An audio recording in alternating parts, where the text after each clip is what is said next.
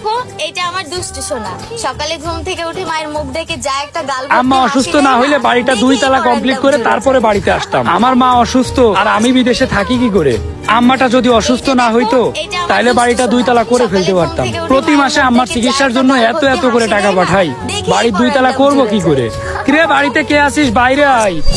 কিরে ভাইয়ের মতো কণ্ঠ লাগতেছে, আবার ভাই আসলো নাকি? এই শুভ, এইদিকে আয় তো। ভাইয়ের মতো কণ্ঠ লাগতেছে, ভাই আসলো নাকি? এটাই তো মনে হইতাছে, ভাই আসলো নাকি হঠাৎ কইরা? হ চল তো গিয়ে দেখি। এই যে দেখো এটা আমার দুষ্টু। আরে হ, এ তো ভাই চলে আসছে। ভাই তুমি হঠাৎ করে দেশে কেন? আরে হ, আসলাম আম্মারে দেখতে।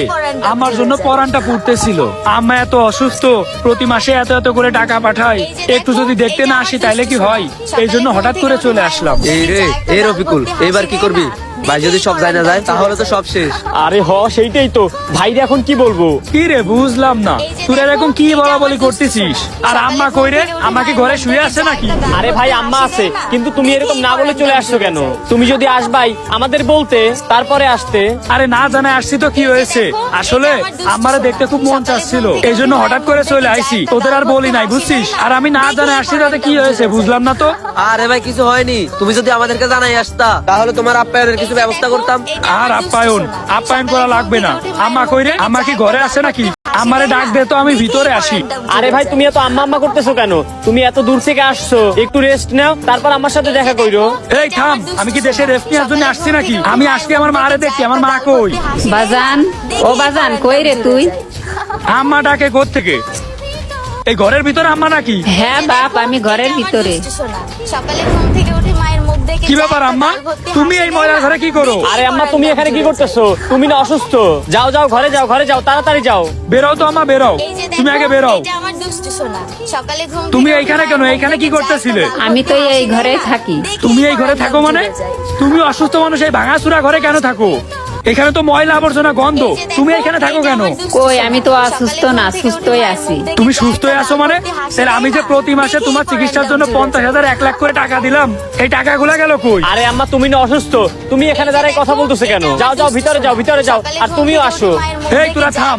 আম্মা অসুস্থ মানে? আমারে তো একদম দিব্যি সুস্থ রয়েছে। হ্যাঁ, তোর আমার কাছে মিথ্যা কথা বলে প্রতি মাসে 50,000 1 লাখ করে টাকা নিছিস, আর আমারে এই ঘরে রাখছিস কেন? এই রে, এখন বাইরে কি বলবি? আরে হ, সেইটাই তো, দাঁড়া কিছু একটা বলে বুঝ দিতেছি।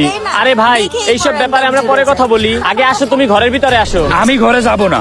আমি এতগুলা টাকা দিয়ে বিল্ডিং করেছি, এই বিল্ডিং থাকা সত্ত্বেও আমার মা কেন ময়লার ঘরে আছে? এইটার জবাব দিবি তোরা। আরে ভাই আমি কিছু জানি না, তুমি আমার কিছু বইলো না। তুই জানোস না মানে? টাকার ভাগ কি আমি একা নিছি নাকি? টাকার ভাগ তো তুইও নিছিস। টাকার ভাগ মানে? এই মায়ের চিকিৎসার জন্য আমি যে টাকা দিয়েছি, এই টাকা তোরা কি করেছিস? আসলে ভাই মা তো অসুস্থ হয় নাই, আমি আর শুভ মিথ্যা কথা বলে তোমার কাছ থেকে প্রতি মাসে ওই টাকাগুলো নিচ্ছি। কি? তোরা আমার কাছ থেকে মিথ্যা কথা বলে টাকা নিছিস? তাও আবার মায়ের অসুস্থতার কথা বলে? আর আমার মারে কিনা তোরা এই সামান্য ময়লার ঘরে রাখছিস? ভাই তোরা নিজের ভাই, আমার আপন ভাই। মা তো তোদেরও মা। তোরা মায়ের সাথে এই কাজটা করলি কিভাবে? আর আমার সাথে এই কাজটা করলি কিভাবে? ভাই আমাদের ভুল হয়ে গেছে ভাই, এবারে তো মাফ করে দাও ভাই। মাফ করে দিব তাই না?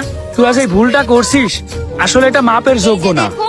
তোরা নিজের মায়ের সাথে এই কাজটা কিভাবে করলি তাই বল।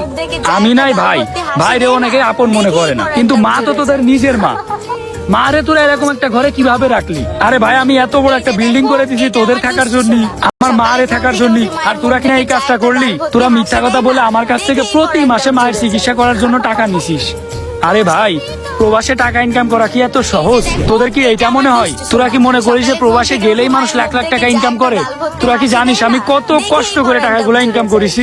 আসলে ভাই তোরা এগুলা বুঝবি না, কারণ তোরা ছোটবেলা থেকে কোনো কষ্ট পাস নাই তো। যদি কষ্ট পাইতিস তাইলে বুঝতিস যে টাকার কি মর্ম। আসলে তোদের মতো অমানুষদের বুঝায় কোনো লাভ নেই, যারা নিজের মায়ের ময়লার ঘরে রাখতে পারে। তোরা আমার বাড়ি থেকে বের হয়ে যা, আর এই বাড়ির আঙিনায় যেন তোদের না দেখি। একটা পরিবার থেকে কেউ যখন প্রবাসে থাকে তাহলে সবাই ধান্দায় থাকে তার থেকে কিভাবে টাকা খাওয়া যায়, তার থেকে কিভাবে টাকা পয়সা হাতিয়ে নেওয়া যায়। পরিবারের মানুষগুলোর জন্য প্রবাসীর টাকার কোনো মূল্যই দিতে জানে না। এরকম ঘটনা বাংলাদেশের অনেক অনেক জায়গাতে অহরহ ঘটতেছে। কার কার কাছে ভিডিওটা ভালো লেগেছে অবশ্যই একটা কমেন্ট করে জানাবেন। এই যে দেখো এটা আমার দুষ্টু সোনা, সকালে ঘুম থেকে উঠে মায়ের মুখ দেখে যা একটা গাল ভর্তি হাসি দেয় না, দেখেই পরানটা জুড়ে যায়। এই যে দেখো দেখো এটা